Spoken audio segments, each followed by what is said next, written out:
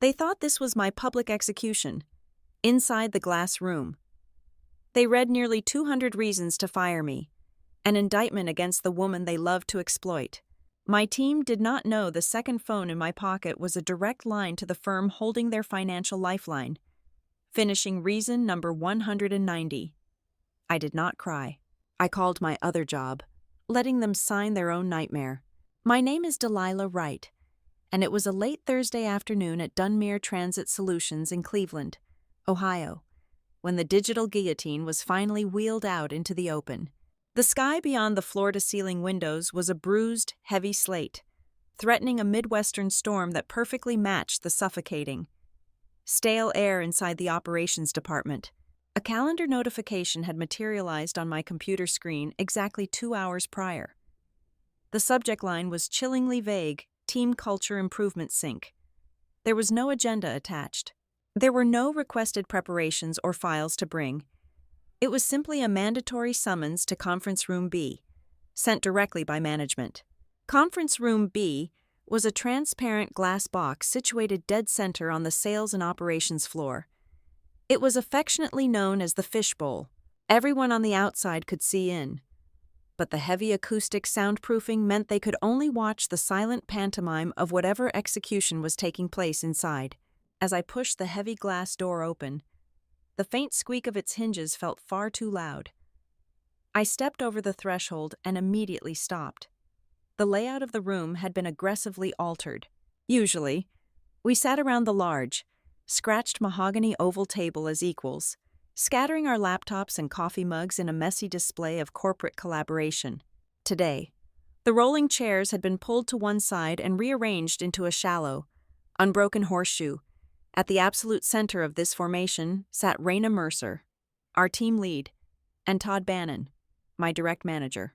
The other 8 members of the operations team flanked them, sitting shoulder to shoulder. They looked like a tribunal, placed deliberately on the opposite side of the table. Facing the entire group was a single, armless guest chair. There was no notepad placed in front of it. There was no customary plastic bottle of water. There was nothing to anchor me to the desk. Behind Raina and Todd, the massive wall-mounted projector screen was already glowing. It displayed a sterile, white title slide with bold black text that read, Cultural Alignment and Team Cohesion Review. "Have a seat, Delilah," Todd instructed. His voice was too steady, too unnaturally loud. He smoothed down his expensive silk tie. A tie I knew for a fact he had purchased with the bonus he received after taking credit for a massive supply chain fix I had architected 3 months ago. I walked to the solitary chair and sat down. I kept my posture perfectly straight, folding my hands softly in my lap. I did not ask for water. I did not ask what the meeting was about. I simply waited. Raina nodded to Miles, the junior analyst who sat nervously to her right. Miles reached down and picked up a stack of incredibly thick, heavily stapled documents from the floor. The heavy thud of the paper against the mahogany table echoed in the quiet room. Miles slid the first copy to Todd, then handed one to Raina, and then passed the rest down the horseshoe. Each team member received a hefty, intimidating packet of paper. When Miles reached the end of the stack, he squared his own copy against the edge of the desk, folded his hands, and looked down at his lap. I waited. No packet was slid across the wide expanse of wood toward me. I looked at the thick documents resting under the hands of my 10 colleagues. The physical exclusion was loud and deliberate. I was not there to review the material with them. I was there to receive a verdict. Raina cleared her throat, a sharp practice sound. She opened the cover page of her packet. Delilah, we have brought you in today because there has been a growing, undeniable friction within the operations department. We pride ourselves on a collaborative, family-oriented environment here at Dunmere Transit Solutions.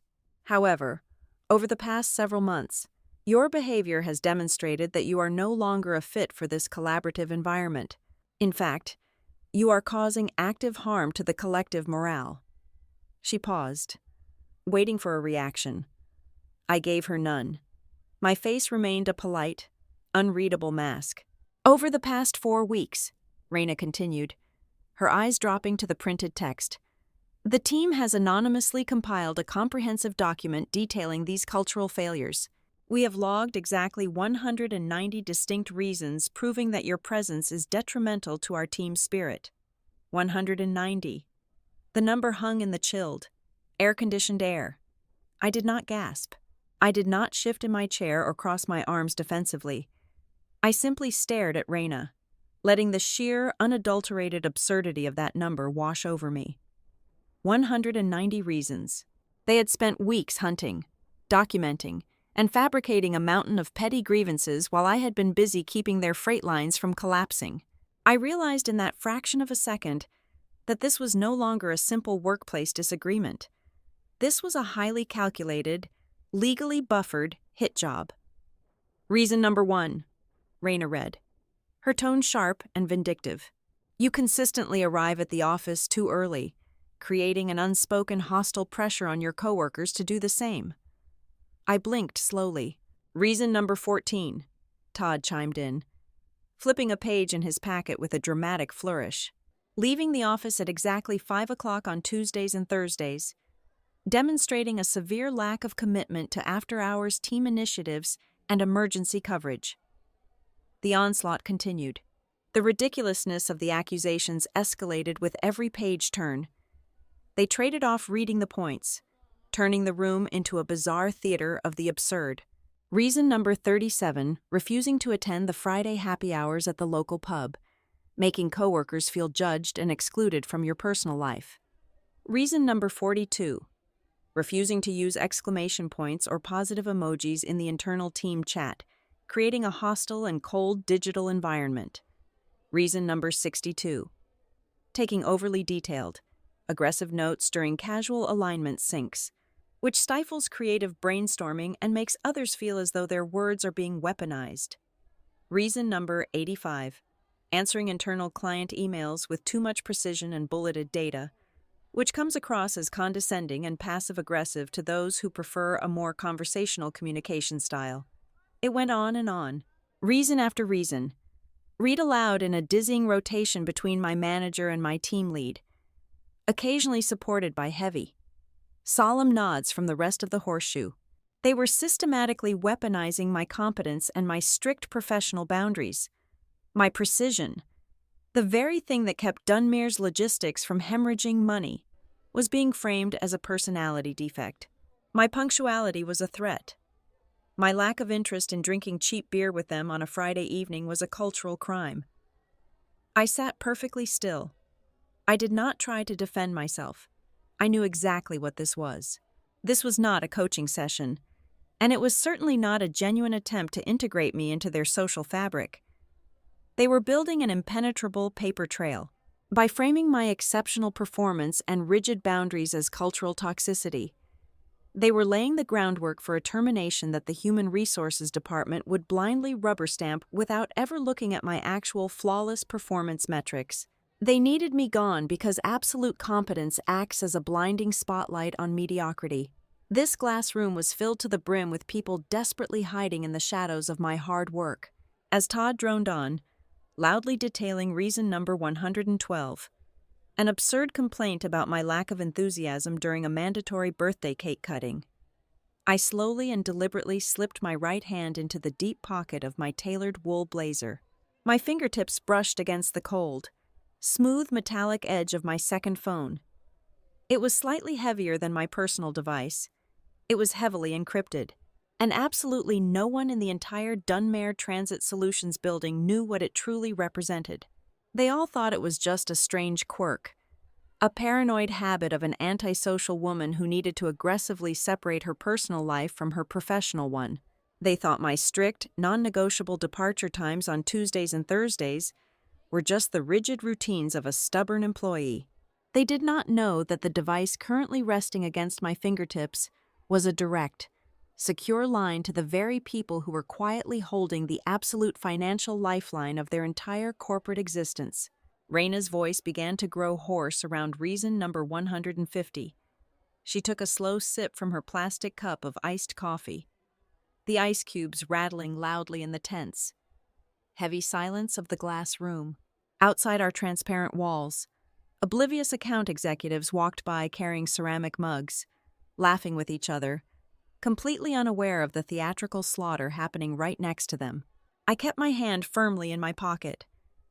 The cool metal of the second phone acted as an anchor, keeping me firmly tethered to a reality far larger and far more dangerous than this petty, middle management kangaroo court. I looked at Todd's incredibly smug face. I looked at Raina's self-righteous, victorious posture. I finally let my eyes sweep across the silent, complicit colleagues sitting rigidly beside them. They honestly thought they had trapped me. They thought they had successfully backed the quiet, hard-working operations analyst into a hopeless corner from which she could only beg for another chance. Resign in utter disgrace. Or be fired. A strange, dark sense of absolute calm washed over my entire body. The rhythmic, low hum of the ceiling ventilation system seemed to fade away into nothingness. The harsh fluorescent lights above felt less like interrogation lamps and much more like theatrical spotlights illuminating a stage set for a very different kind of play. I looked at the thick stacks of paper they clung to so desperately. I realized then, with absolute, crystalline clarity, that this was not the day I was going to be pushed out of a job. As Raina cleared her throat to read the final pages of their ridiculous, venomous manifesto, I understood that they had no idea what they had just initiated. This was the day these people, blinded by their own fragile egos and their desperate, pathetic need to maintain their comfortable mediocrity, willingly stepped right into the massive, devastating crack they could not see yawning wide open beneath their own feet. I am 34 years old, shaped by the practical, unpretentious ethos of the American Midwest, where I come from. You do not brag about the sweat on your brow, you simply chop the wood and stack it. That fundamental belief system carried over heavily into my professional life. I am sharp, fiercely private, and entirely uninterested in the performative gymnastics of modern corporate self-promotion. I do not want to be a thought leader on professional networking sites. I do not want to stand on a stage with a microphone. My fluency is in operations, raw data, and the quiet, high-stakes art of crisis management. When I first walked through the glass doors of Dunmere Transit Solutions, my official title was Operations Analyst. The job description outlined a predictable routine of generating weekly performance metrics and monitoring standard supply chain software. However, within my first 3 months, I realized I had not been hired to monitor a functioning machine. I had been hired to quietly bail water out of a sinking ship. The infrastructure was entirely fractured. Whenever a massive delay bottlenecked our shipping hubs, or a critical freight line reported a systemic failure, the management team would panic. I rapidly became the person who patched the holes. I stabilized infuriated major clients when our inventory systems inevitably flatlined. I rebuilt delivery pipelines that had been completely severed by pure management negligence. The defining moment of my tenure, and the origin of my invisible subjugation, occurred during my first year. We were on the verge of losing our largest logistics partner, a contract worth several $millions annually. The client was furious because our delivery rates were wildly erratic, bleeding their profit margins dry. The entire operations department spent 2 weeks pointing fingers and running useless, superficial audits. I stayed late for 4 nights straight, pulling raw transportation logs and cross-referencing them against national diesel indexes. It took absolute silence and immense focus, but I finally isolated the tumor. The company's delivery model was calculating quarterly fuel surcharges using a critically flawed trailing average, completely ignoring real-time geographical price spikes. We were essentially charging clients based on the economic reality of 3 months prior, eating the massive losses ourselves while simultaneously throwing off the client's internal projections. I built a new predictive model, compiled a flawless corrective strategy, and handed the heavy binder directly to Todd. I expected him to review it and schedule a joint meeting with the client. Instead, Todd immediately flew to Chicago, walked into the client's executive boardroom, and presented my exact operational strategy as his own visionary brainstorm. He saved the massive account. A month later, Todd received an enormous performance bonus and a glowing feature in the company newsletter. My reward was a 2-sentence email sent at 5 in the evening on a Friday. It read, "Thank you for pulling those background numbers. Delilah. Great team support." From that exact moment, the unspoken architecture of the operations department was set in stone. I became the ultimate corporate firefighter. Whenever the logistical alarms blared, whenever a warehouse lost its routing signals, whenever an executive account was threatening to pull their business, the panic-stricken managers would sprint to my desk. They would dump the catastrophic mess onto my keyboard and step back. I would unravel the chaotic data, find the broken thread, and sew the operational fabric back together.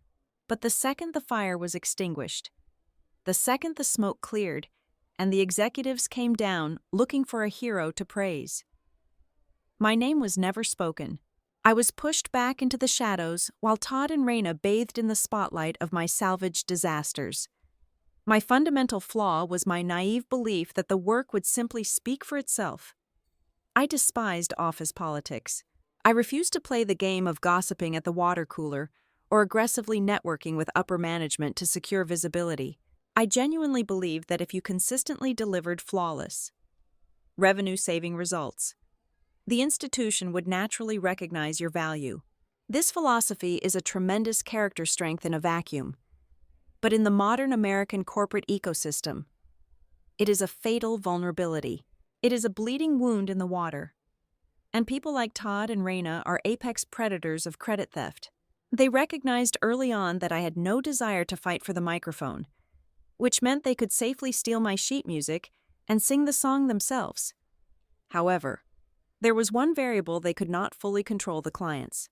While Todd and Raina controlled the internal narrative at Dunmere, the external reality was vastly different.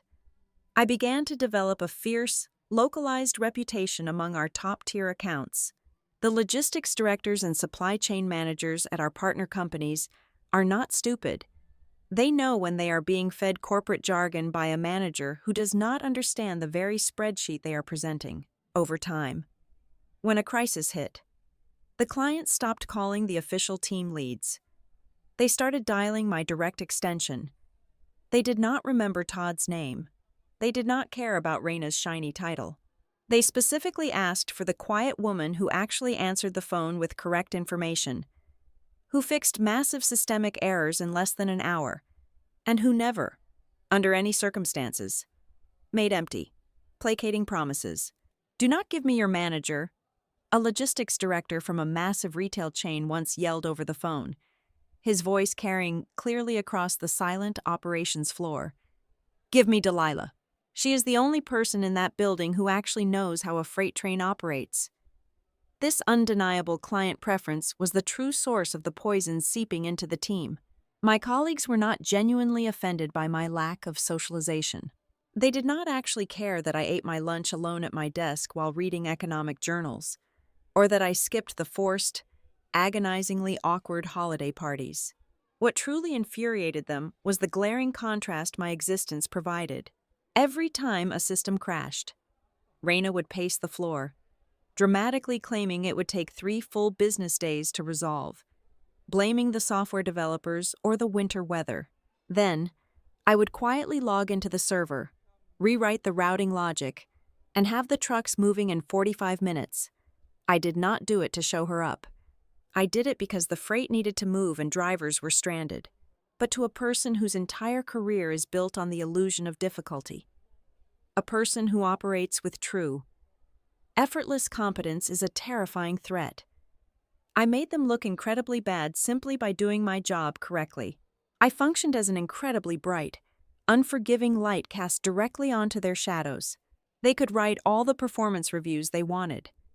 They could compile entire binders full of ridiculous complaints, but they could not hide the fact that without me, their entire operational structure would collapse in less than a week. Sitting in that glass room, thinking back on the thousands of hours I had poured into fixing their mistakes, the absolute truth finally settled into my bones. I had spent years wondering why I could never quite fit into their puzzle, why every attempt I made to be helpful only seemed to breed more resentment. I finally understood the dynamic perfectly. I was never a bad cultural fit. I was a mirror. And for an entire collective of people who desperately preferred acting like professionals rather than actually doing the hard, unglamorous work. Looking into that mirror was the most uncomfortable experience of their lives. They had to shatter the glass, not because it was broken, but because the reflection it showed them was far too accurate. The atmosphere inside the Dunmare Transit Solutions operations floor did not sour overnight. It was a slow, deliberate freezing of the ambient temperature. It began in earnest right after I dragged 3 critical client accounts back from the absolute brink of cancellation within a single fiscal quarter. Instead of relief, a palpable, defensive hostility settled over the cubicles. The sparse, superficial emails of gratitude completely evaporated. When I walked past the break room, the low hum of chatter would abruptly cease, replaced by the distinct, uncomfortable silence of people who were just talking about you. I had done my job too well, too consecutively, and the glare of my efficiency was blinding them. Todd shifted his strategy from stealing my credit to setting me up for explicit failure. He began assigning me analytical projects that were mathematically impossible to complete within standard business hours. He would walk up to my desk at 4:30 on a Wednesday afternoon, drop a chaotic, unformatted manifest from our largest regional carrier, and demand a comprehensive margin analysis by 9 o'clock the next morning. When I inevitably had to inform him that processing tens of thousands of corrupted rows of data required at least 2 full business days, he would lean back in his chair, sigh heavily, and shake his head in mock disappointment. "Delilah," he would say, his voice dripping with loud, performative concern, "we really need to work on your prioritization skills. The team needs someone who can pivot and deliver. You have to learn how to manage your time more effectively." He was deliberately overloading the system to manufacture a crash, carefully documenting my supposedly negative responses to his unreasonable demands. Raina, operating on a parallel track, weaponized the company calendar. She knew precisely that my schedule was absolutely inflexible on 2 specific days of the week. Yet, suddenly, the most critical departmental strategy sessions were inexplicably rescheduled. She sent out a department-wide memo claiming we needed better alignment. The new time block for the mandatory weekly synergy sync was permanently moved to exactly 5 o'clock on Tuesdays. 2 weeks later, she added a supplemental review block at 5 o'clock on Thursdays. Every time my calendar automatically declined the invitation due to my pre-approved, long-standing out-of-office blocks, Raina would send a separate, passive-aggressive reply, ensuring Todd was copied on the thread. "It is a real shame you cannot find the time to connect with the team. Delilah, we will try to manage without your input, though it certainly impacts our collective momentum." My strict adherence to the clock and my refusal to engage in the chaotic, panicked overtime they so frequently manufactured made me an alien. Then came the whispers about the devices. Whenever I stepped away from my desk to use the restroom or get coffee, I always carried both of my phones. The team noticed. The jokes started as loud, supposedly friendly banter across the aisles. "Who are you calling on the burner phone, Delilah?" "Got a secret interview at a rival logistics firm," Miles would shout, laughing loudly to ensure the entire floor heard him. The narrative quickly mutated. Soon, the established rumor echoing through the hallways was that I was aggressively interviewing with competitors, using company time to negotiate my exit. Others whispered that I simply viewed myself as vastly superior to the rest of the floor. Citing my habit of eating a homemade sandwich in silence at my desk instead of spending $20 on a greasy lunch and complaining at the corner pub with them. My introversion was being rebranded as arrogance. The social isolation was irritating, but the operational sabotage was genuinely dangerous. I started noticing severe, elementary errors quietly slipping into the workflows that eventually funneled into my final approval queue. A junior coordinator would miscode a hazardous materials classification on a cross-country route, a mistake that could trigger massive federal audits.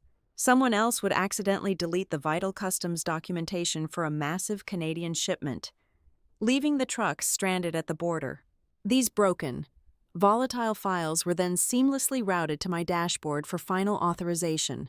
If I blindly clicked approve, trusting my colleagues to do the bare minimum of their job descriptions, the resulting financial fines and client fury would have my digital signature stamped all over them. The paper trail would point directly to my desk. I was no longer just doing my own job. I was painstakingly auditing every single keystroke made by the people around me to ensure they were not handing me a live grenade. Whenever I caught an error and sent it back for correction, the response was always a defensive groan, further cementing my reputation as the office micromanager. The most chilling indicator, however, came from the Human Resources Department. I began receiving perfectly polite, seemingly random instant messages from the HR business partner assigned to our division. Just checking in. Delilah, how are you feeling about your integration with the operations team? A week later, another message would pop up. Todd mentioned you have been feeling a bit overwhelmed with prioritization lately. Is there anything we can do to support your cultural alignment? They were not asking to help me. They were not attempting to solve a workflow issue. They were aggressively fishing for a specific narrative. They were gathering the scattered, manufactured puzzle pieces to build a localized profile of a problematic, uncooperative employee. They were asking leading questions to generate documented responses that could be twisted out of context later. I did not panic, and I did not confront them. I leaned into the absolute, cold comfort of professional paranoia. I created a deeply nested encrypted folder on my local drive. I began saving everything. Every impossibly late email from Todd. Every passive-aggressive calendar update from Raina. I saved the original file versions of the botched manifests my coworkers tried to slip past me, highlighting their specific digital footprints before I corrected the errors. I cataloged the exact dates, the exact times, and the precise sequence of events. I did not do this because I harbored some burning desire for a theatrical lawsuit.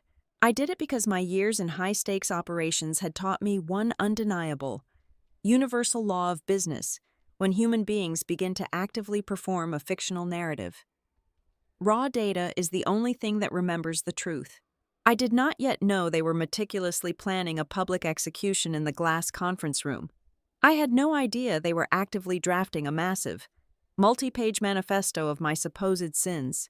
But as I watched that hidden digital folder grow heavier week by week, I knew with absolute, terrifying certainty that someone in that building was trying to systematically mutate my competence into the very evidence they would use to destroy me.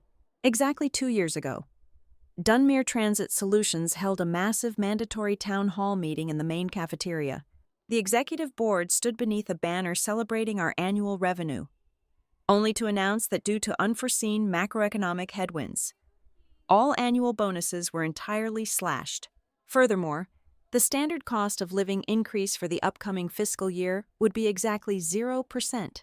While my colleagues openly grumbled and complained around the water cooler for weeks, I simply went back to my desk and updated my financial projections. The math was simple. I was providing a premium operational service to a company that openly refused to pay the market premium for it. I did not quit. Instead, 3 weeks after that town hall, I accepted a highly specialized, part-time offer from a firm called Vesper Ridge Advisory. Vesper Ridge is not a logistics company. They are a ruthless, surgical corporate restructuring firm.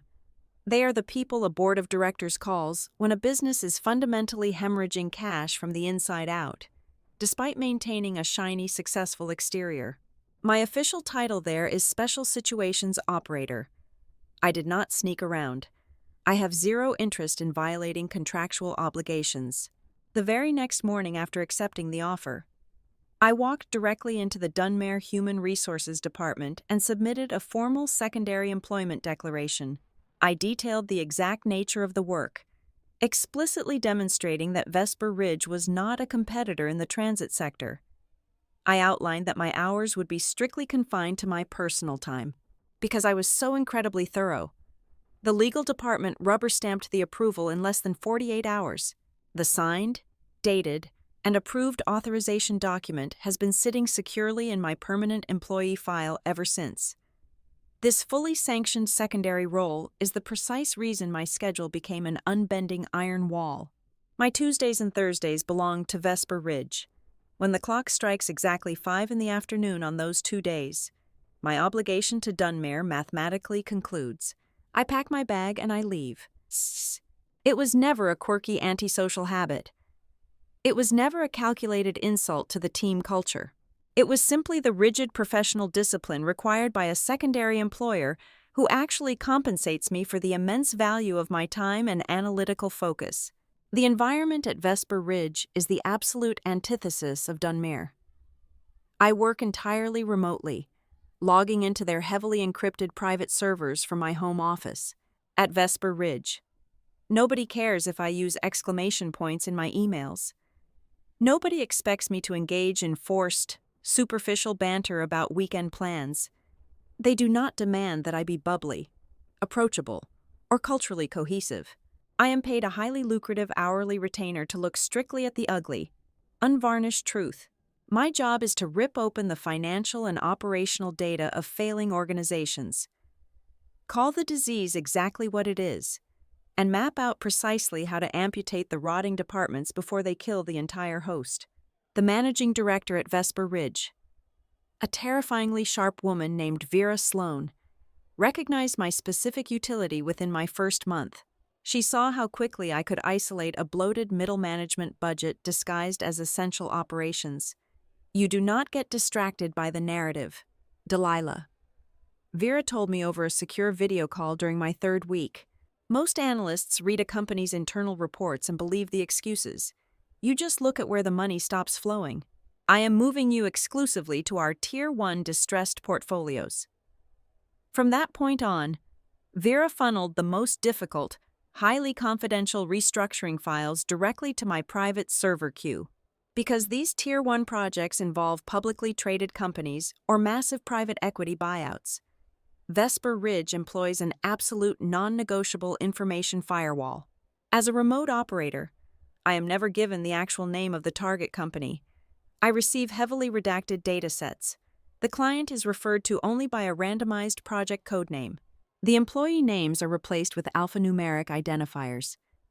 I am given pure, blind data freight volumes, accounts payable, vendor contracts, retention rates, and internal communication logs stripped of identifying markers.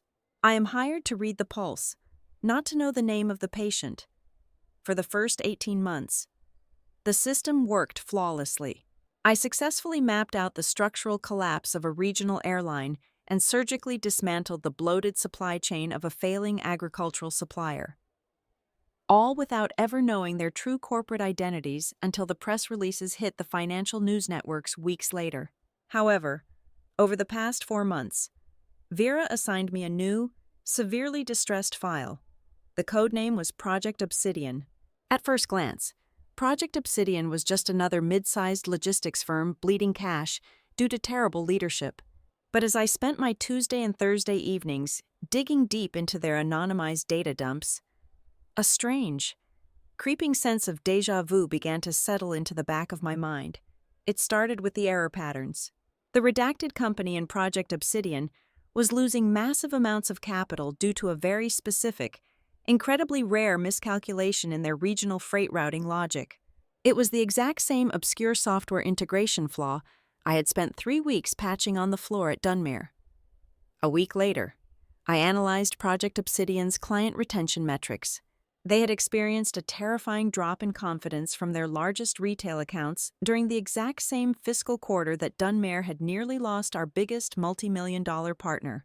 I told myself it was merely an industry coincidence. The logistics sector is relatively small, and companies often use the same flawed third-party vendor software. But the data sets grew more detailed, and the coincidences multiplied exponentially. I began analyzing the anonymized human resources and departmental expenditure reports for Project Obsidian's core operational branch. The numbers were staggering, while their actual logistical output was plummeting. Their internal spending on vague categories like team cohesion consultants, off-site synergy workshops, and unverified vendor contracts was skyrocketing.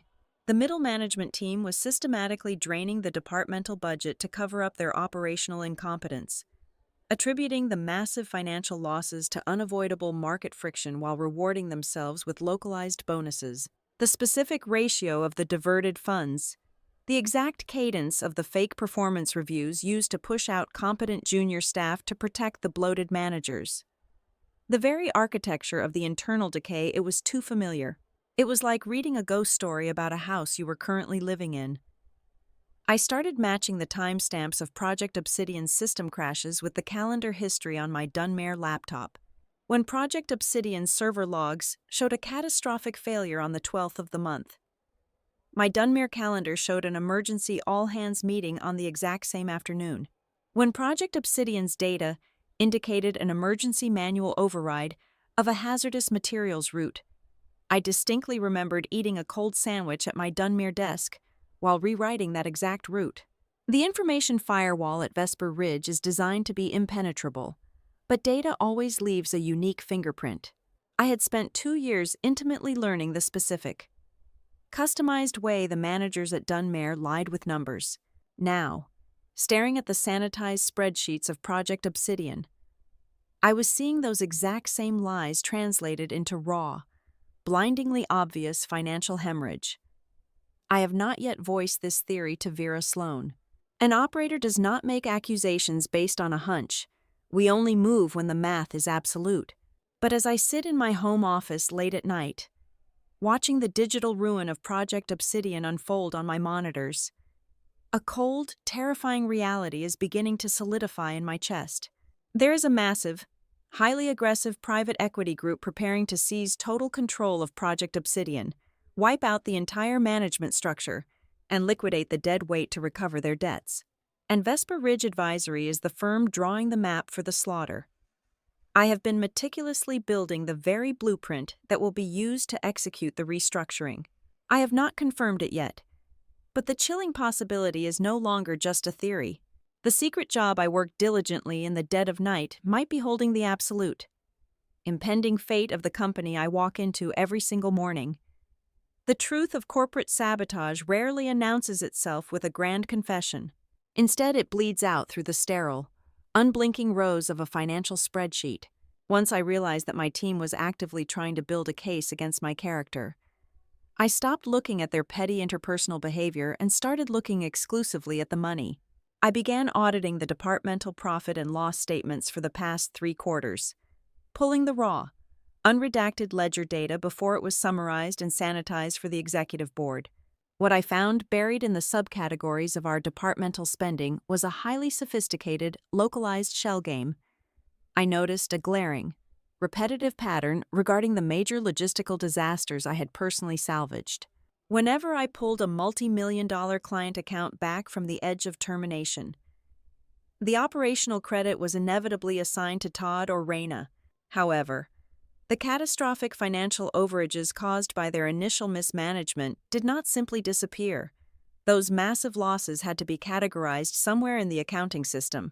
I discovered that instead of logging those losses as operational failures, which would trigger an immediate audit from the central finance team, Todd was quietly reallocating the negative balances into a nebulous, incredibly bloated budget category labeled as internal engagement and team cohesion.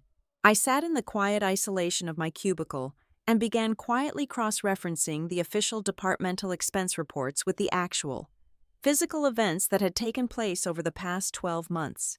The discrepancies were staggering. Todd and Raina were systematically approving tens of thousands of dollars in vendor contracts for team-building workshops, cultural alignment consultants, and off-site synergy retreats that produced absolutely zero measurable business value. I found an invoice for $15,000 paid to a boutique motivational speaking firm for a 2-hour seminar that the operations team had slept through. I found receipts for extravagant catering, customized department apparel, and vague consulting retainers. The realization hit me with the force of a physical blow. Todd and Raina were not just lazy, and they were not just incompetent managers coasting on my hard work. They were actively constructing a massive, expensive smokescreen of corporate culture to hide severe operational deviations and massively inflated costs. They were draining the company's capital to cover up the expensive mistakes they made when they blindly authorized terrible vendor contracts or mismanaged regional freight routes. This was the exact reason I had become a mortal threat to them. Every single time I stepped in and fixed a broken process. Every time I streamlined a delivery route and brought the error rate down to absolute zero. The financial baseline of our department became dangerously clear.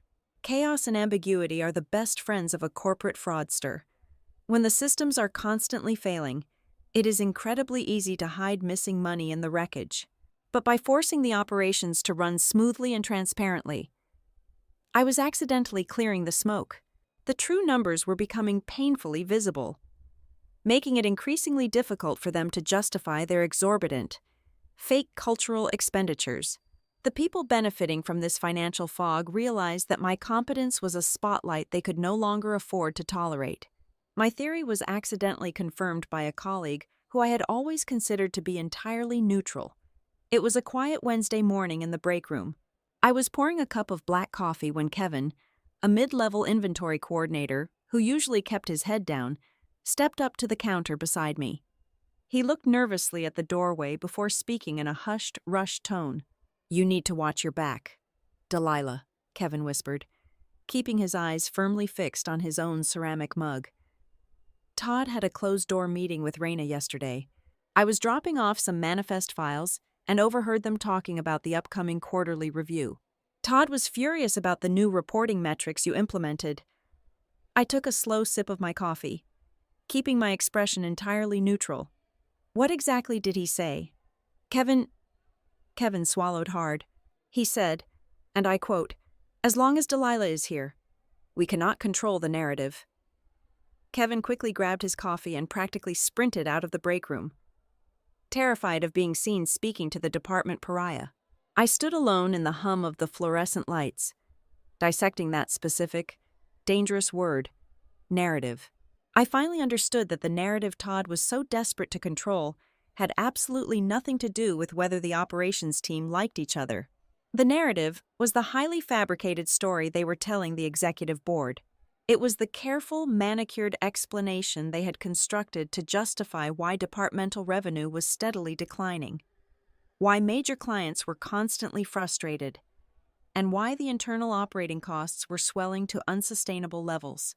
I was the only person in the room who possessed the raw data required to completely shatter that fictional story.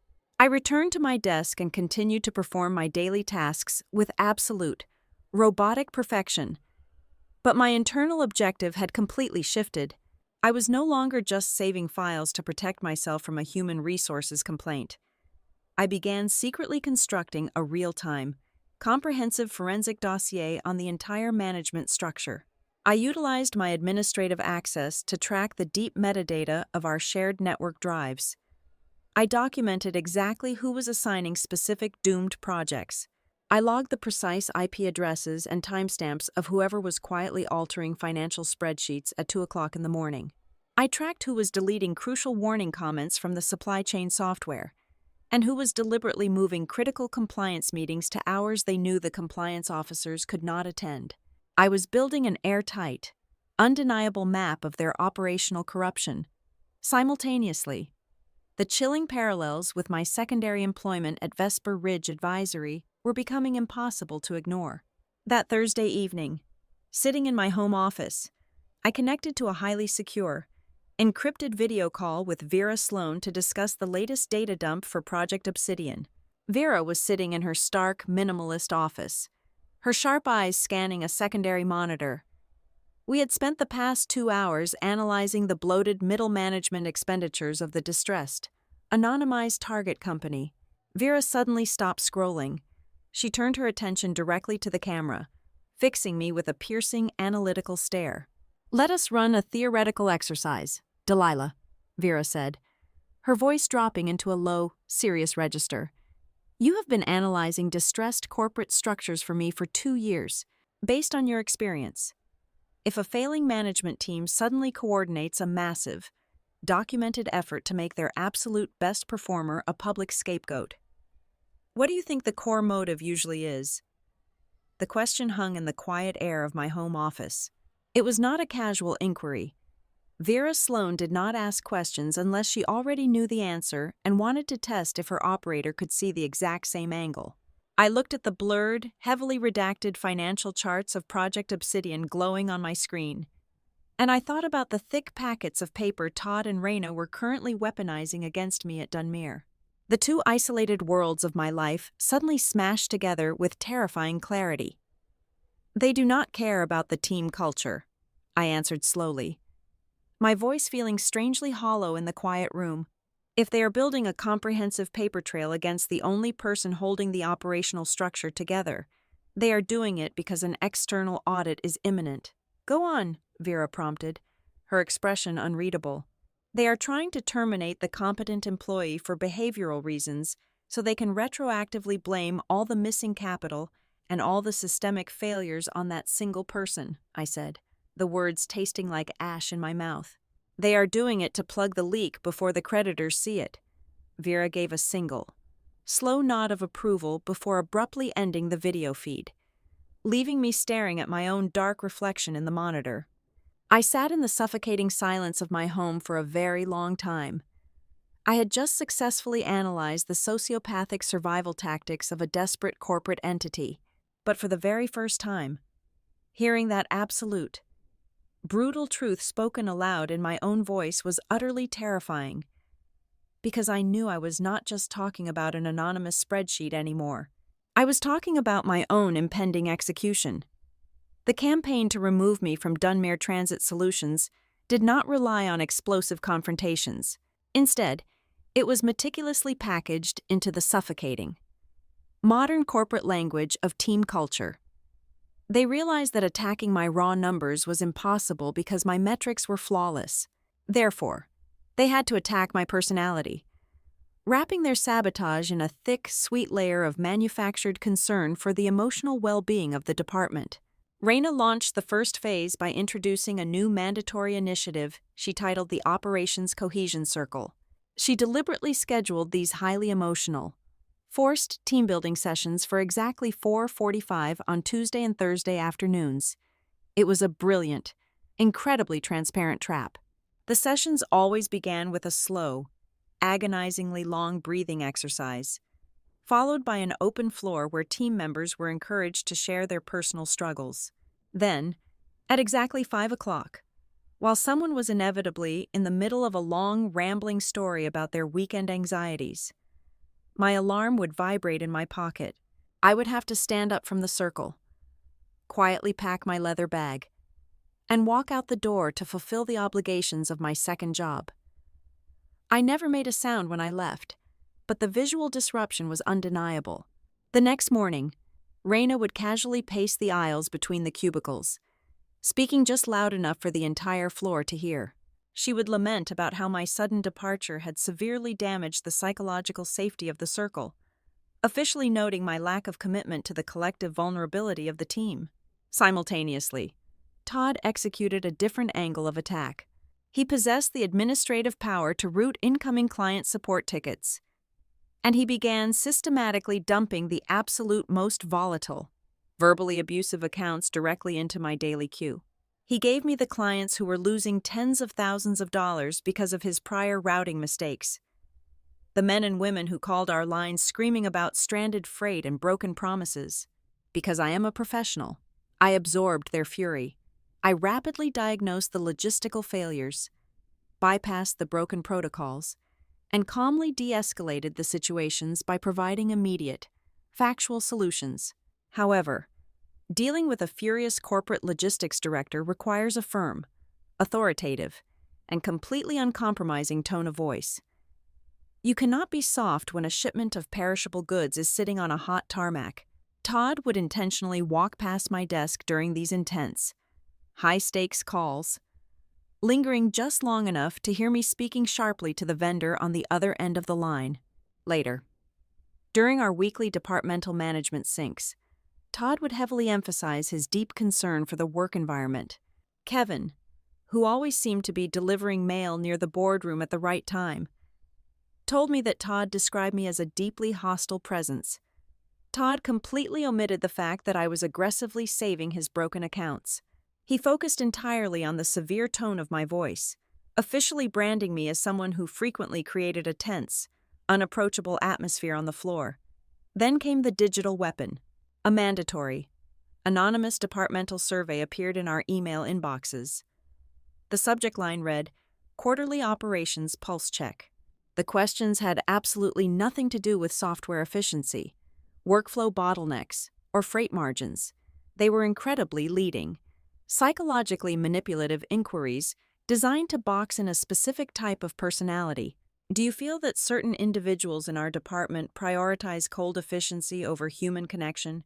Have you ever felt intellectually intimidated by a colleague who corrects your work without offering emotional support or positive affirmation? Does the lack of digital enthusiasm, such as the refusal to use emojis or exclamation points in team chats, make you feel undervalued by your peers? It was a multiple-choice trap. The survey was engineered to formally categorize anyone who was introverted, focused, and precise as a toxic, uncooperative entity. I knew exactly how those survey results were going to be weaponized against me. They were gathering up every single mundane, petty grievance and stacking them like bricks to build a wall around my desk. They cataloged the fact that I never ate lunch in the crowded break room. They documented my refusal to stay at the local bar and drink cheap beer after a 12-hour shift. They noted that I never shared anecdotes about my private life. They even complained that I repaired their massive data entry errors far too quickly, stating that my rapid corrections made them feel inadequate, rushed, and unsupported. My sheer competence was being officially recorded in an anonymous survey as an act of workplace bullying. The absolute confirmation of their extensive, premeditated campaign arrived entirely by accident. On a crisp Wednesday morning, I walked over to the main communal printer station to retrieve a standard bill of lading for a Canadian route. The heavy machine was jammed, its red error light blinking rhythmically. As I opened the plastic side panel to clear the paper path, I naturally glanced at the digital display screen showing the active print queue. The top document, currently stalled in the machine's memory, had been sent directly from Raina's computer terminal. The file name was Stark, glowing in bright green letters, right underscore, cultural underscore misalignment underscore log underscore, compiled underscore draft. I stared at the small screen, my heart beating in a slow, steady rhythm. You do not compile a log overnight. You do not draft a document like that unless you have been obsessively hunting, gathering, and formatting material for several consecutive weeks. The trap was not just an idea, it was already printed. I did not react impulsively. I did not rip the paper out of the machine, storm over to Raina's desk, and demand an explanation. Impulsive, righteous anger is exactly the kind of emotional outburst they needed to justify their narrative of my hostility. Instead, I cleared the jam, took my freight document, and walked calmly back to my cubicle. I opened my email client and drafted a meticulously polite message to the Central Human Resources Department. I did not mention Raina, Todd, the survey, or the toxic environment. I simply stated that I was conducting a routine personal audit of my employee file for my own records, and I wanted to formally verify that my secondary employment declaration from 2 years ago was still active, correctly classified, and fully approved. I hit send, folded my hands on my lap, and waited. The response arrived 4 hours later. The human resources representative used vague, protective corporate language, assuring me that there was no need for a routine audit on my end and that they handled all compliance internally. But buried in the second paragraph was the exact piece of armor I desperately needed to secure. The representative wrote, "Please be advised that your secondary employment file is completely full and valid and remains in total compliance with our corporate policy." I printed that single email, folded it carefully into perfect thirds, and placed it inside the zippered pocket of my leather bag. I knew exactly what Todd and Raina would try to do. When they eventually cornered me, they would attempt to frame my strict departure times as a violation of company policy or an undisclosed conflict of interest. This single piece of paper proved that if anyone attempted to formally accuse me of policy violation, they would be actively, undeniably lying on the record. The atmosphere that evening was incredibly heavy. It was a Wednesday night. The quiet, terrifying hours before the storm I knew was coming, even if I did not yet know the exact shape the execution would take. I was sitting at my kitchen table, reviewing the heavily encrypted financial files for Vesper Ridge's Project Obsidian, when my personal cell phone buzzed against the wood. It was not my secure Vesper Ridge device, it was my primary, everyday phone. The caller ID displayed Vera Sloan. My managing director never, under any circumstances, called my personal number. I answered the call immediately, bringing the phone to my ear. "Good evening, Delilah," Vera said. Her voice was perfectly smooth, devoid of any panic, but it carried a sharp, undeniable edge of absolute instruction. "I am only going to say this once, tomorrow, if anything unusual happens at your primary location. I want you to maintain your absolute calm. Do not argue. Do not defend yourself. And most importantly, you must call me before you sign absolutely anything." She disconnected the call before I could even draw a breath to reply. I slowly lowered the phone to the table. The silence in my kitchen felt thick and electric. I stood up, walked to my bedroom, and turned off the lights. As I lay in the dark, staring at the ceiling, I realized that the suffocating dread settling over me was not the anxiety of an employee who was about to be unfairly evaluated by her peers. It was the terrifying, awe-inspiring sensation of standing inside a massive, invisible architecture that was finally holding its breath, waiting for the precise moment to snap completely open. And the most chilling part of it all was knowing that someone vastly more powerful, standing entirely on my side of the board, had already predicted exactly how the trap would spring. The air inside Conference Room B had grown incredibly stale. We were deep into the second hour of the tribunal. Raina's voice, previously sharp and practiced, was beginning to fray at the edges. She took another sip of her watered-down iced coffee, turned to page 42 of the printed manifesto, and continued to read the absurd catalog of my professional existence. "Reason 165, Raina recited, her eyes scanning the dense text, demonstrating an overly rigid adherence to operational principles, which frequently disrupts the natural, organic flow of departmental problem-solving. Translated, I refuse to bypass federal safety protocols just to make their delivery metrics look better for the weekly executive report." "Reason 170, Todd interjected, eager to reclaim the spotlight. "Consistently making other team members look professionally inadequate by resolving complex client escalations far too rapidly, fostering a culture of internal inferiority." Translated, I fixed the massive logistical problems they created before the client had a chance to completely cancel the contract. "Reason 178, refusing to share adequate personal information during mandatory team bonding sessions, creating an atmosphere of suspicion and profound mistrust." "Reason 182, always asking for the raw data files during strategy meetings, rather than trusting the summary slides prepared by the leadership team." That last one was the anchor.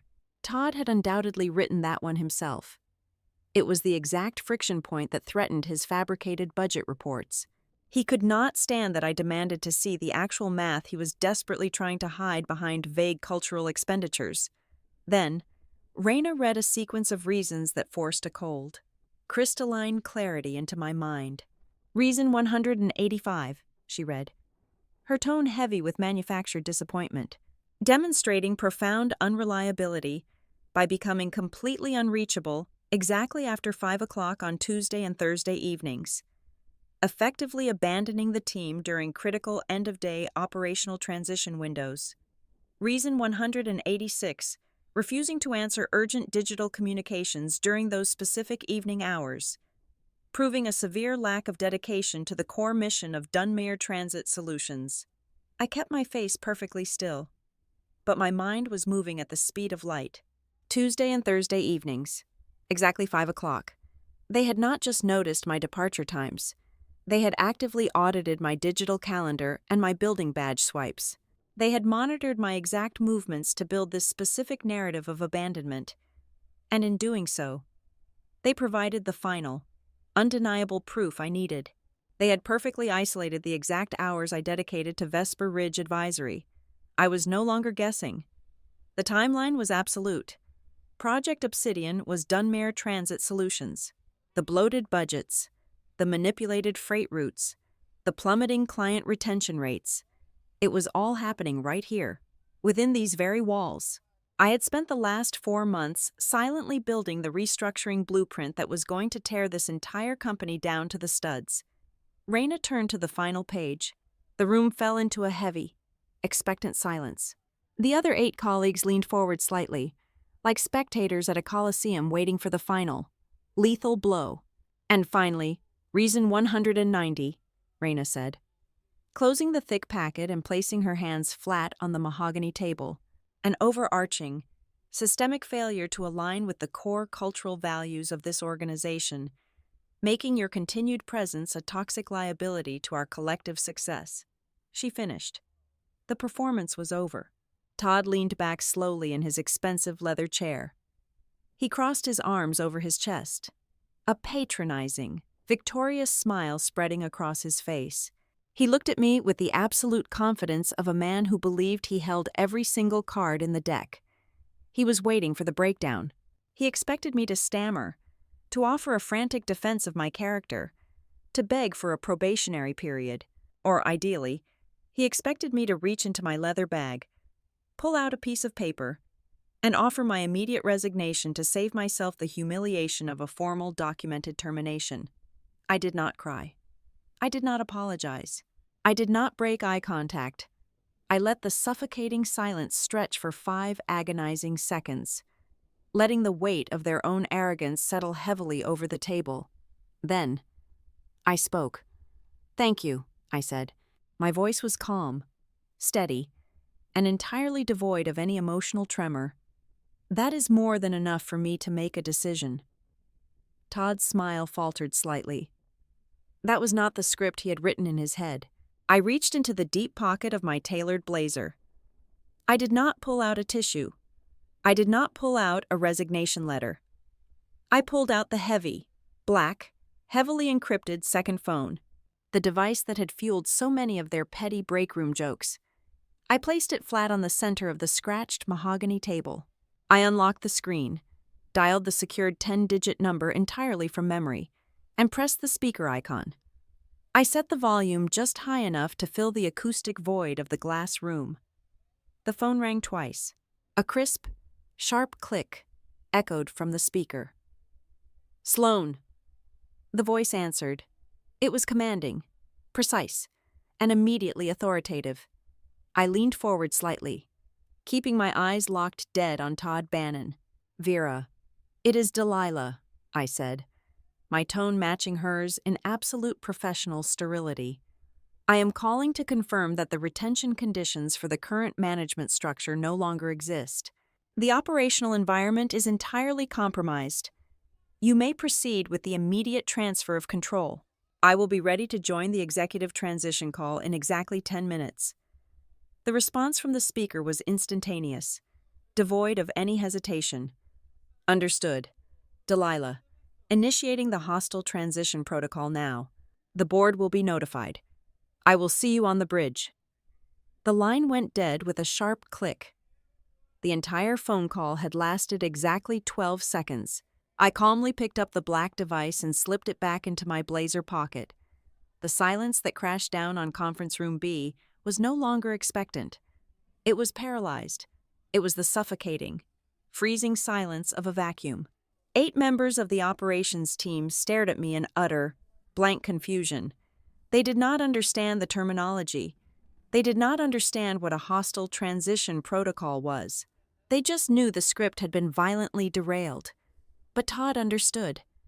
I watched the exact sequence of realizations hit him like physical blows.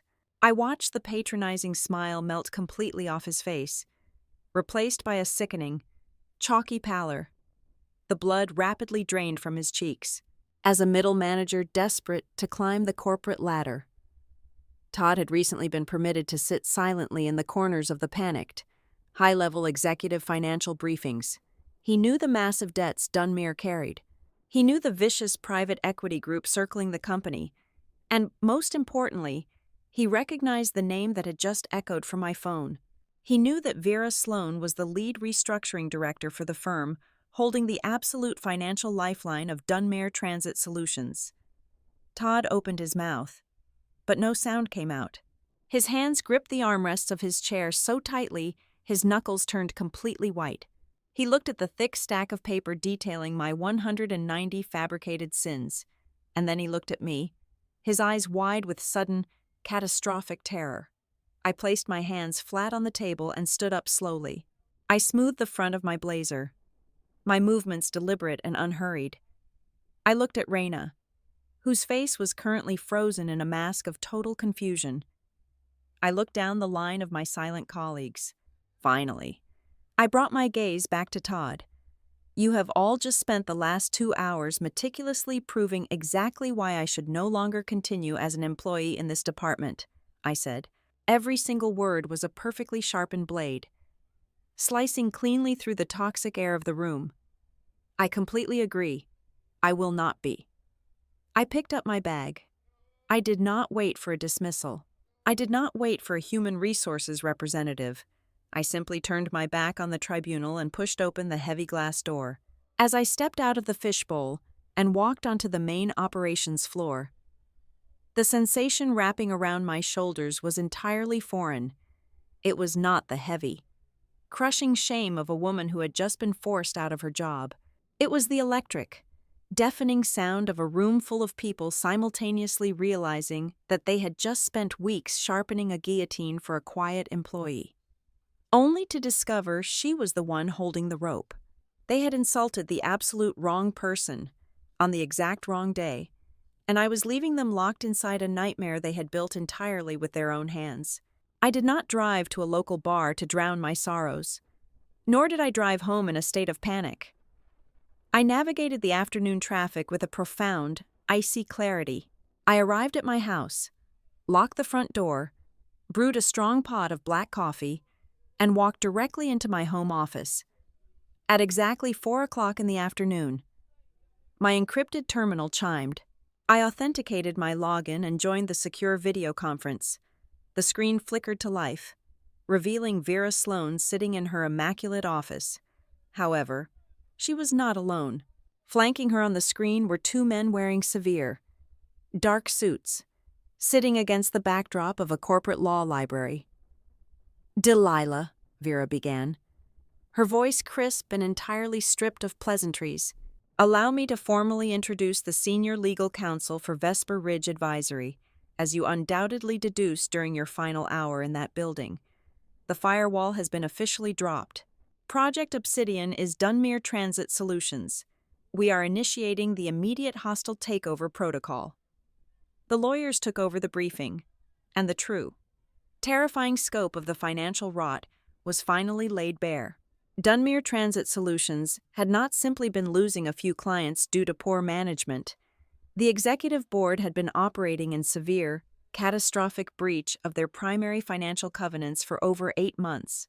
They had systematically defaulted on the operational yield requirements attached to a multi-million-dollar syndicated loan. Vesper Ridge Advisory was not a competitor attempting to steal market share. We were the authorized, legal executioners appointed by the private equity consortium that held the massive, crushing weight of Dunmere's outstanding debt. The lawyers were extremely thorough in assessing my liability. Because Vesper Ridge utilized a strict blind data firewall for all Tier 1 operators, I had only ever analyzed sanitized, anonymized metrics. I had never possessed any insider knowledge of the impending corporate raid while performing my daily duties on the operations floor. My secondary employment declaration had been formally approved by Dunmere 2 years ago. I had not violated a single ethical standard, nor had I engaged in any unauthorized transfer of proprietary data. My hands were entirely clean. In fact, the lead counsel noted, adjusting his glasses, "Your team just handed us a spectacular piece of leverage. Tell me about the meeting you just left." I calmly detailed the 190 reasons. I explained how Todd Bannon and Raina Mercer had spent weeks compiling a massive, fabricated document attempting to categorize my operational precision and strict working hours as a toxic cultural liability. Vera actually let out a sharp, dark laugh. They documented it. They actually wrote it down and handed it to you. Yes, I replied. They printed individual copies for the entire room.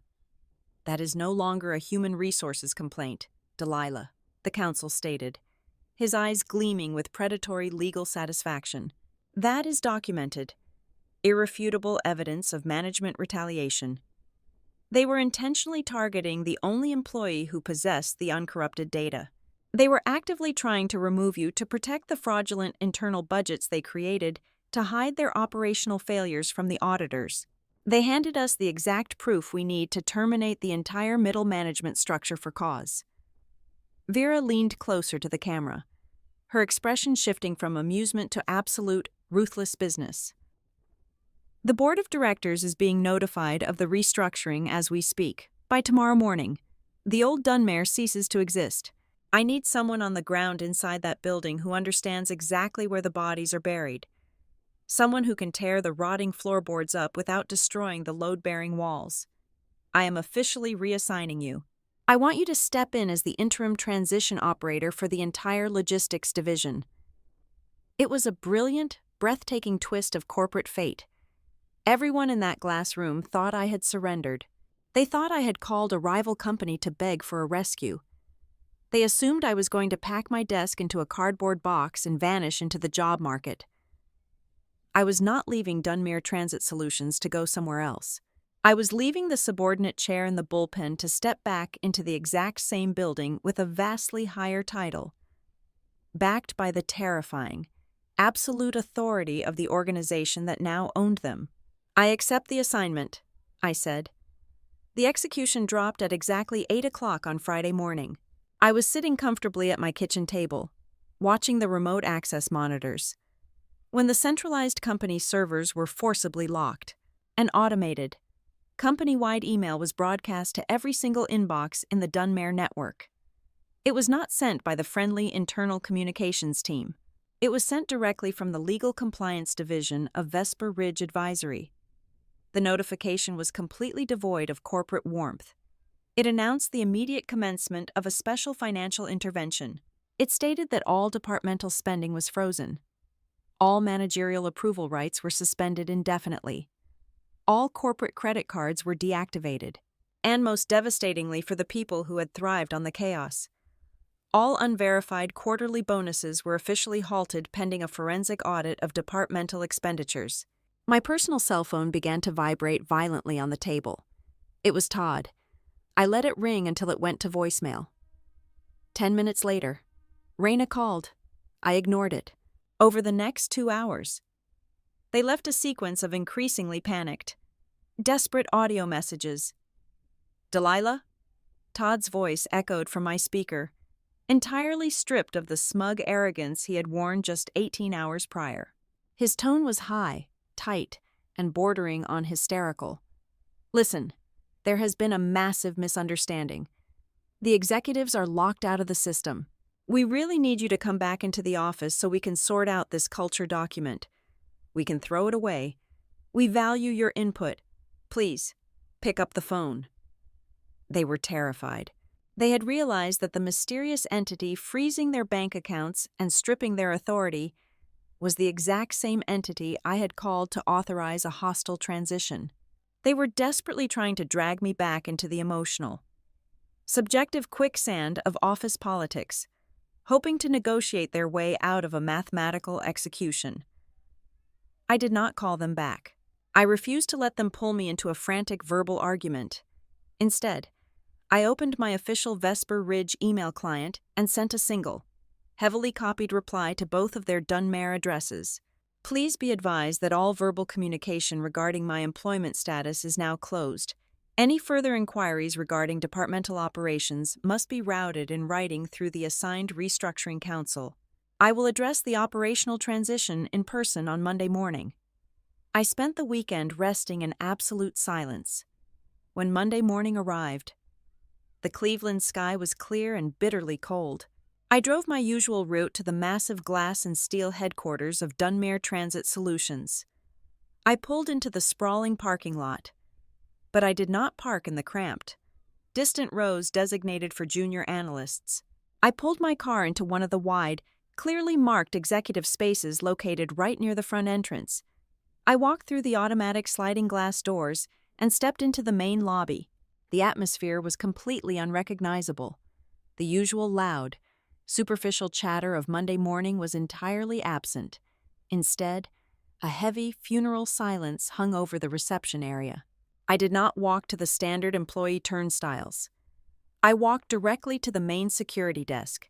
The guard, who usually barely glanced at me, looked at the clipboard in front of him and handed me a thick, heavy lanyard attached to a solid black, high-level administrative access badge. I clipped it to my blazer and turned toward the main elevators. Out of the corner of my eye, I saw them, lined up against the far wall of the lobby, looking utterly exhausted and visibly trembling, were the members of the operations team. Todd was sweating through the collar of his shirt. Raina was clutching her expensive handbag like a life preserver. They, along with dozens of other managers, had been locked out of the turnstiles. They were waiting in a humiliating, highly visible line to sign strict financial compliance waivers with the newly installed audit division just to be allowed back onto their own floor. I did not stop to gloat. I did not offer them a reassuring smile or a vindictive glare. I simply walked past the line, swiped my black administrative badge against the secure executive elevator panel, and stepped inside. As the heavy steel doors slid shut, the last thing I saw was Todd Bannon staring at me, finally comprehending the devastating gravity of his own mistakes. I was no longer the invisible pillar holding up their crumbling ceiling. I was the demolition crew, and I had just walked through the front door. The transition suite on the top floor of the building was a stark contrast to the cramped, noisy bullpen I had occupied for years. It was silent, lined with heavy oak shelves, and possessed a sweeping view of the city skyline. But I did not spend my time looking out the window. I spent my first 48 hours as the interim transition operator running deep, forensic network diagnostics alongside the Vesper Ridge legal team. My initial assumption about the manifesto they had handed me in the glass conference room was slightly flawed. I had believed the document was simply a tool of localized bullying, a petty attempt to push out a colleague who made them feel insecure. But as I pulled the administrative access logs and matched them against the company compliance protocols, the true, deeply sinister architecture of their plan revealed itself. The 190 reasons were not just complaints. They were carefully mapped to specific clauses in the employee handbook regarding insubordination and cultural disruption. If Todd and Raina had successfully forced me to sign that document, it would have triggered an automatic, mandatory performance improvement plan. Under Dunmere policy, any employee placed on a severe behavioral improvement plan immediately loses their administrative access to the central financial servers and is barred from participating in external vendor audits. They were not just trying to fire me, they were trying to legally blindfold me. They knew an external audit was inevitable, and they needed to sever my access to the raw data before the restructuring firm arrived. As I dug further into the original digital draft of the manifesto, a massive, jarring betrayal surfaced. I extracted the document history from the hidden network partitions to see exactly who had authored which complaints. I had fully expected to see Raina's digital footprint on the vast majority of the text. Instead, the metadata showed that the most vicious, highly fabricated entries, the ones accusing me of active sabotage and aggressive hostility, were entirely drafted by Miles Harlan. Miles was the junior analyst who sat 2 desks down from me. He was the same young man I had stayed late to assist on dozens of occasions. When he misrouted a massive shipment to the wrong coast 6 months prior, I spent 4 hours quietly rewriting the logistics code so he would not lose his job. When he was struggling to understand the inventory software, I built him a customized training manual. Seeing his user ID attached to the most venomous lies in the document felt like a physical strike to the chest. However, In corporate forensics, you cannot stop at the emotional betrayal. You have to follow the logic. Why would the junior employee I protected so fiercely become the primary architect of my destruction? I opened the centralized accounting software and ran a targeted search for every single digital signature Miles had authorized over the past 12 months. The screen populated with hundreds of routine freight approvals, but buried deep beneath the standard logistical expenses. I found the poison. Todd Bannon possessed the authority to initiate vendor contracts, but corporate policy required a secondary signature from the floor level to verify that the services were actually rendered. Miles was that secondary signature. I found a continuous, agonizingly long chain of fraudulent invoices for vague consulting services and team alignment workshops. These were the fake, phantom companies Todd had set up to siphon money from the budget and cover his massive operational losses. Miles had signed every single one of them. His motive was not jealousy. It was absolute, paralyzing terror. Miles knew that I was slowly auditing the workflows.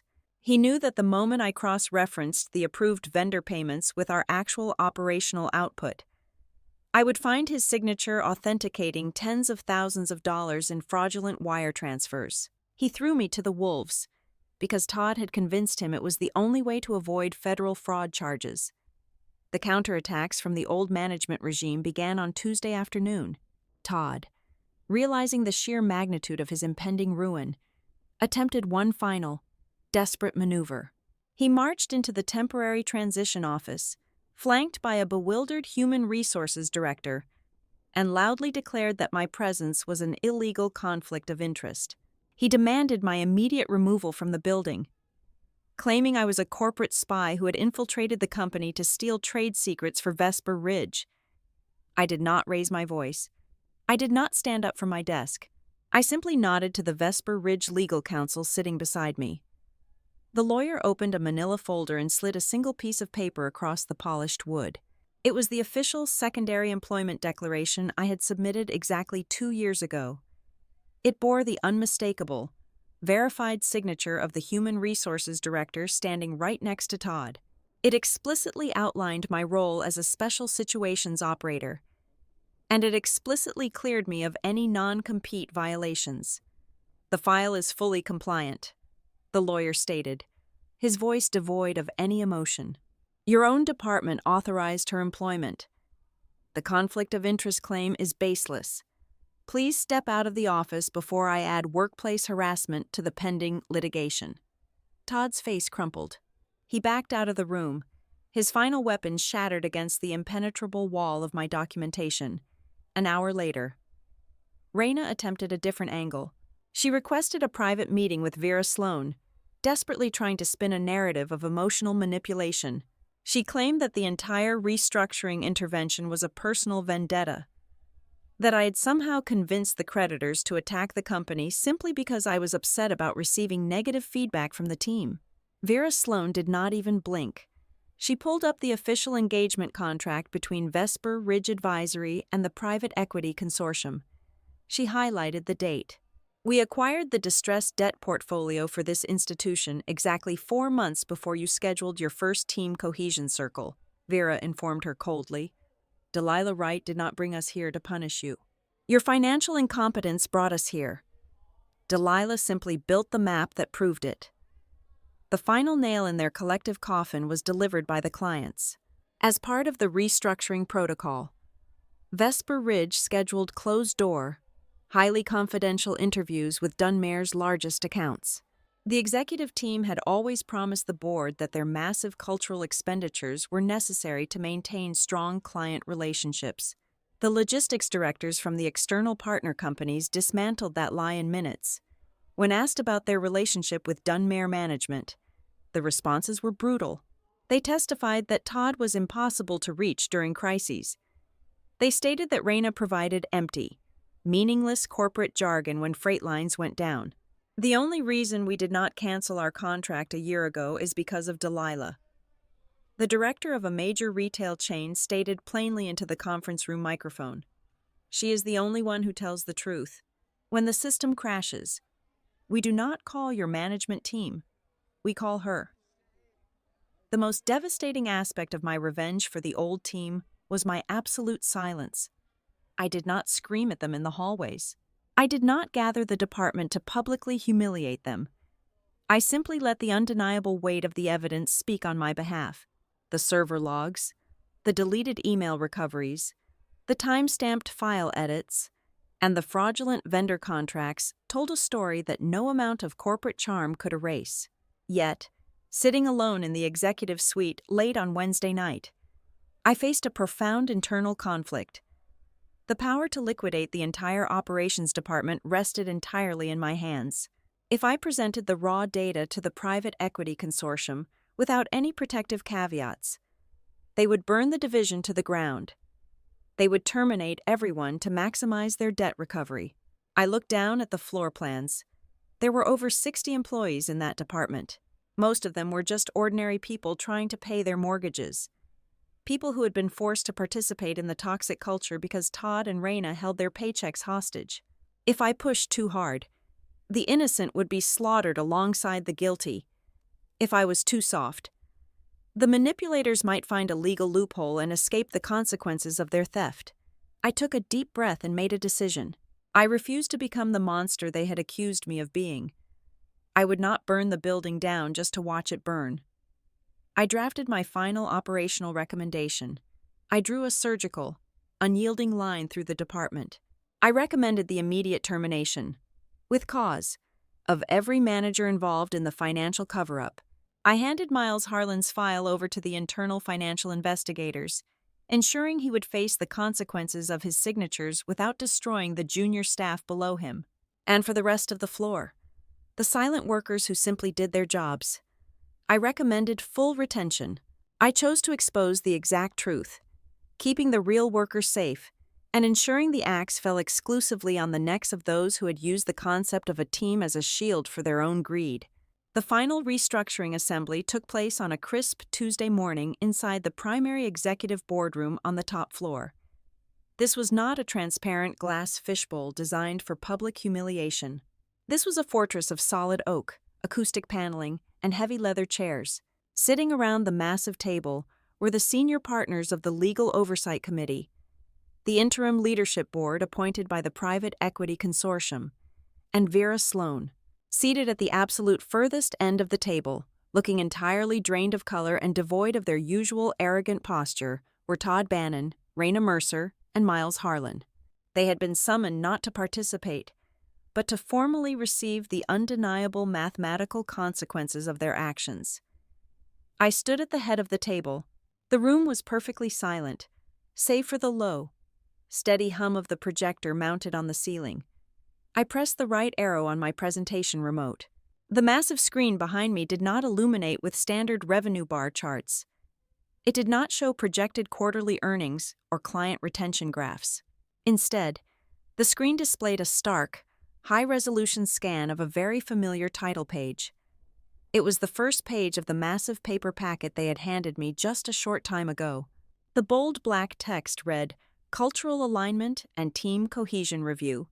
I let the image hang in the air for several seconds, ensuring every legal and financial executive in the room had time to read the words. Then, I turned my attention directly to the three people at the end of the table.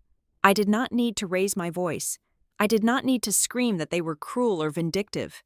I simply needed to connect their fabricated narrative to the hard, unyielding truth of the corporate ledger. "This document," I began, my voice carrying clearly across the quiet room, "contains exactly 190 localized grievances against my character. It was presented to me as proof of my toxic impact on the workplace environment. However, when we apply a basic forensic timeline to these specific complaints, the document ceases to be a human resources evaluation.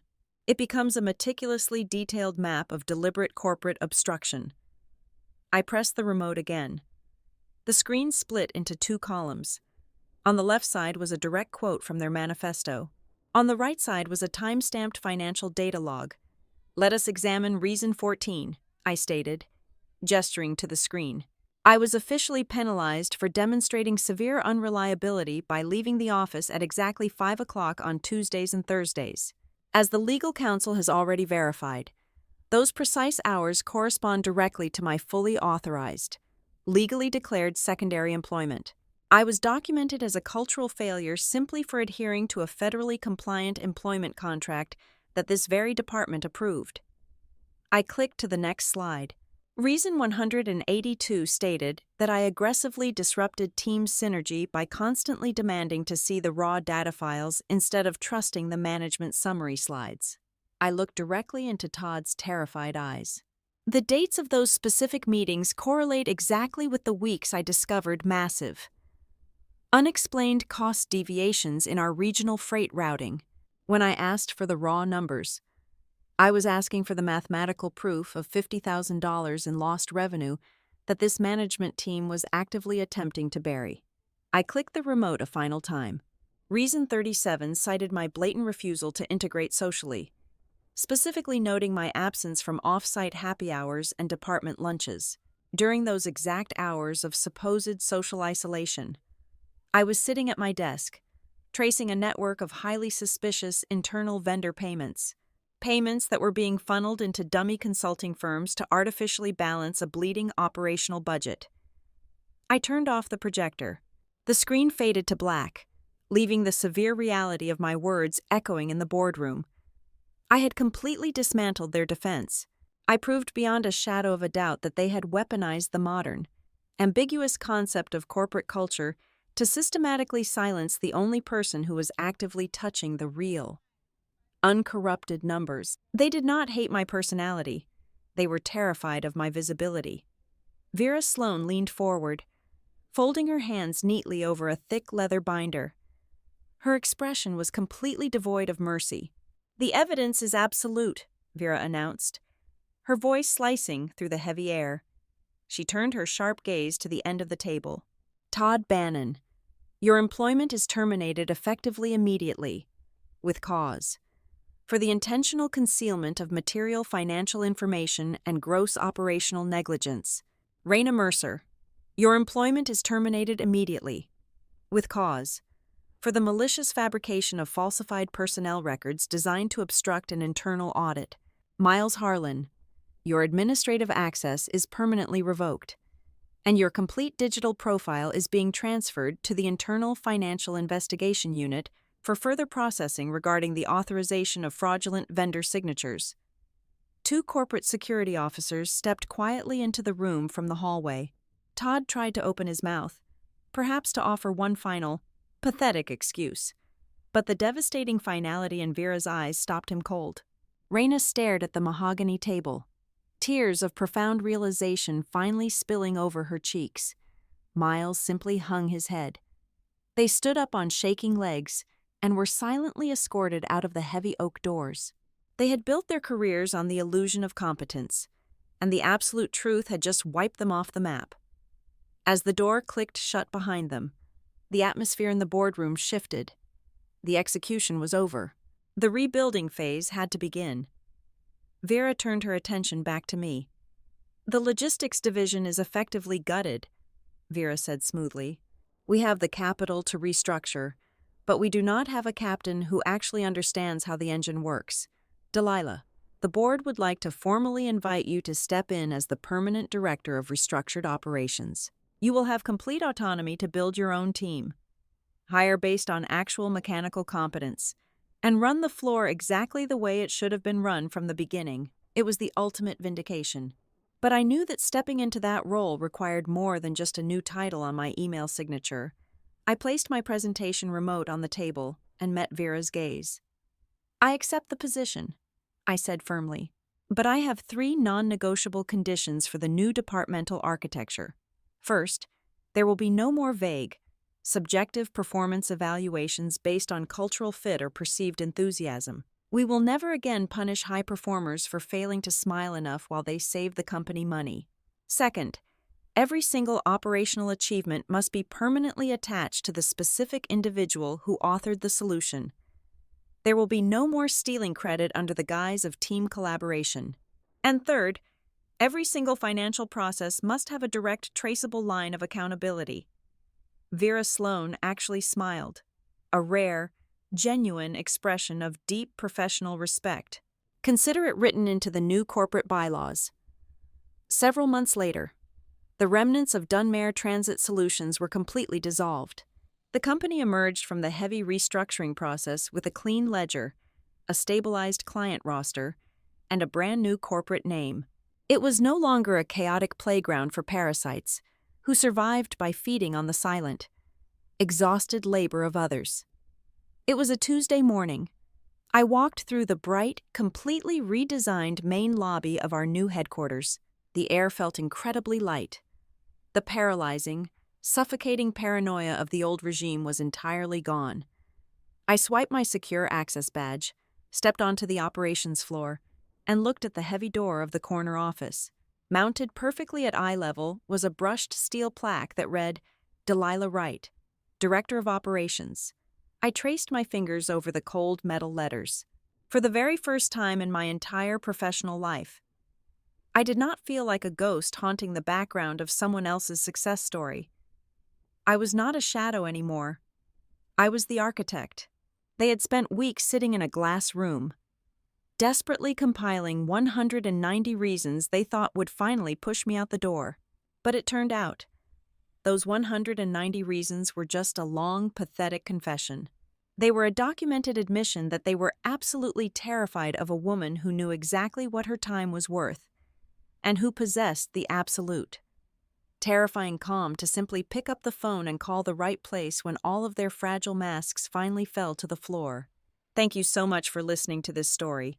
Please drop a comment down below and let me know where you are listening from today, so we can connect and share our thoughts on this corporate revenge. If you enjoyed this journey, please subscribe to Boss Revenge Stories. Leave a like on the video, and support the channel even more by pressing the hype button so this story can be heard by as many people as possible.